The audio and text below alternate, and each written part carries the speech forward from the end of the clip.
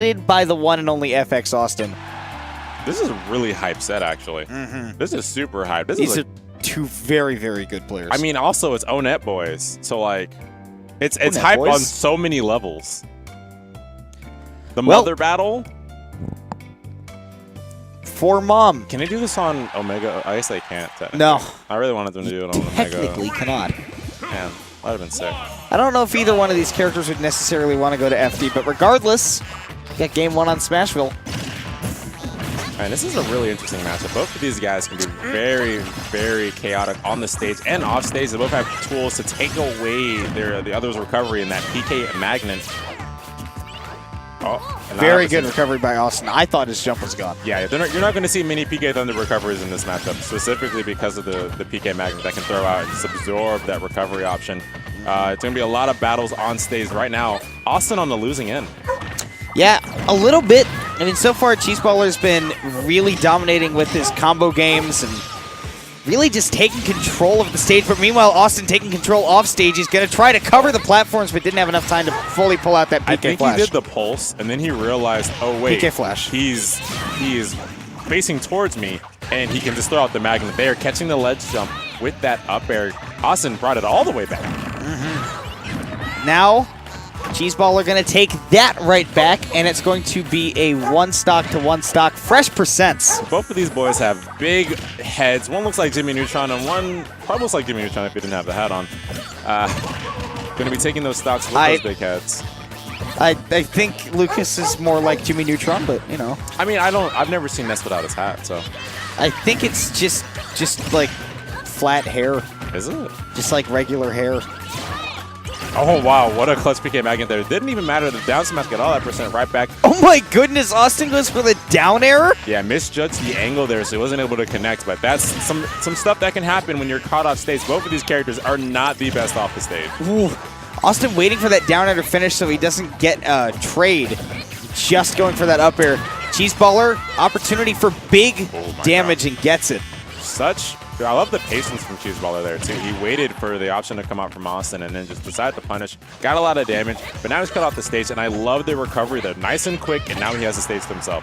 But only just going to be alive, and Awestin somehow finding a way to chase him with that PK Thunder without it getting absorbed and going to take game 1. That was a battle of the big heads, and Awestin just came out on top. He got 2 kills while Cheezeballer was only able to clutch out 1. And, you know, a lot of that was just Awestin able to get Cheezeballer off the stage. That first stock especially, he was able to apply a lot of pressure and then throw him off the stage and then rack up damage. And then Cheezeballer saying, you know what, I didn't like Mother that much, so I'm going to play Donkey Kong. Yeah, some people believe that DK is the answer for Cheezeballer. I believe DK is his main. So this would make sense. He's going to take it to Town and City where you can get real early kills on Awestin. We'll see how he fares against a guy who historically actually performs pretty well against DK. I mean, DK, he has the cargo up throw. He has really good disjoints. I mean, almost disjoints. His arms are really, really long.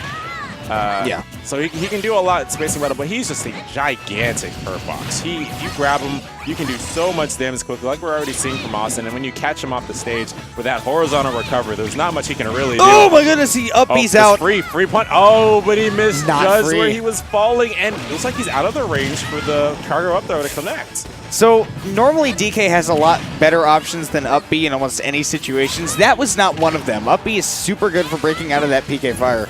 Also going to chase him, not connecting the up air. The back throw that was going to be able to take out that stock. Look, all the percent Awestin's able to rack up, and it was a pretty dominating, save for a few straight hits here and there from Cheezeballer. Now he's not at the percent where that cargo up throw. All right. So Awestin probably thought he had his jump and didn't process to use his up B until it was too late. Interesting.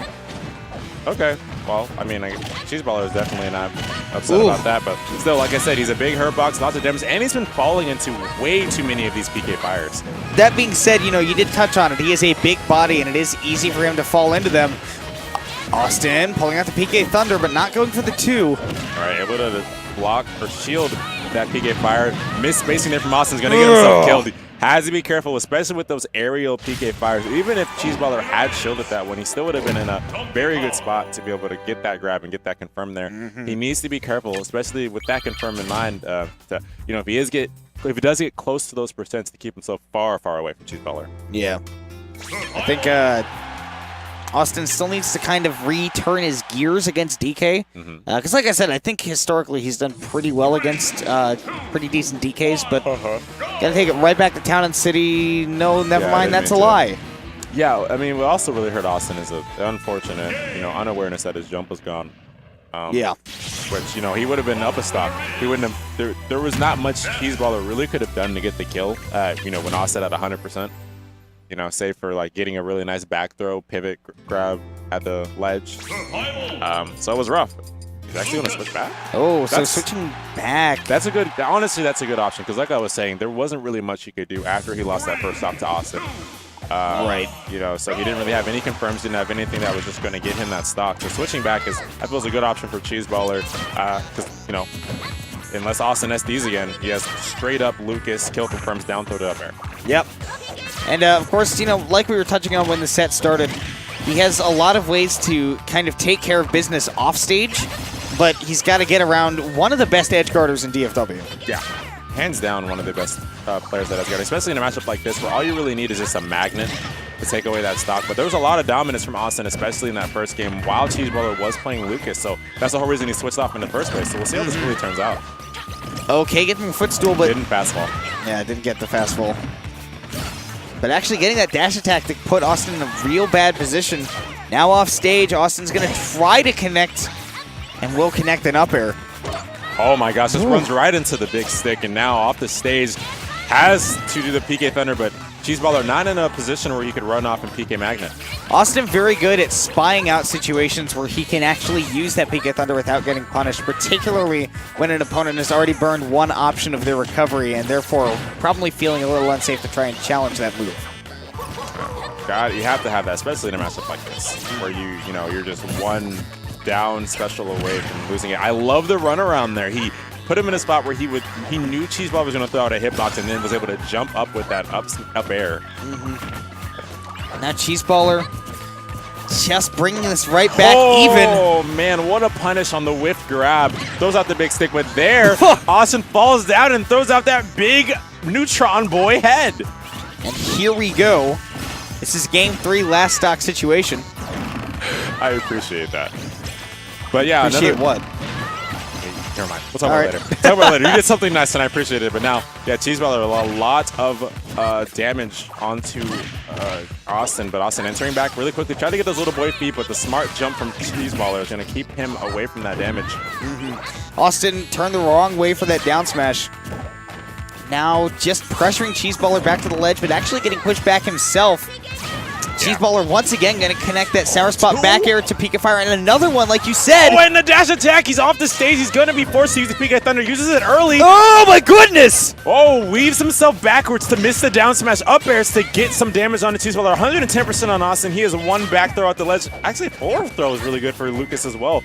So if he gets caught towards the ledge, he's in a bad spot. Up air, once again, doing so much work for Awestin here. I can't believe this is back to neutral. That was one of the best recoveries I've ever seen on the stream. Oh, the stage spike! He's gonna get it!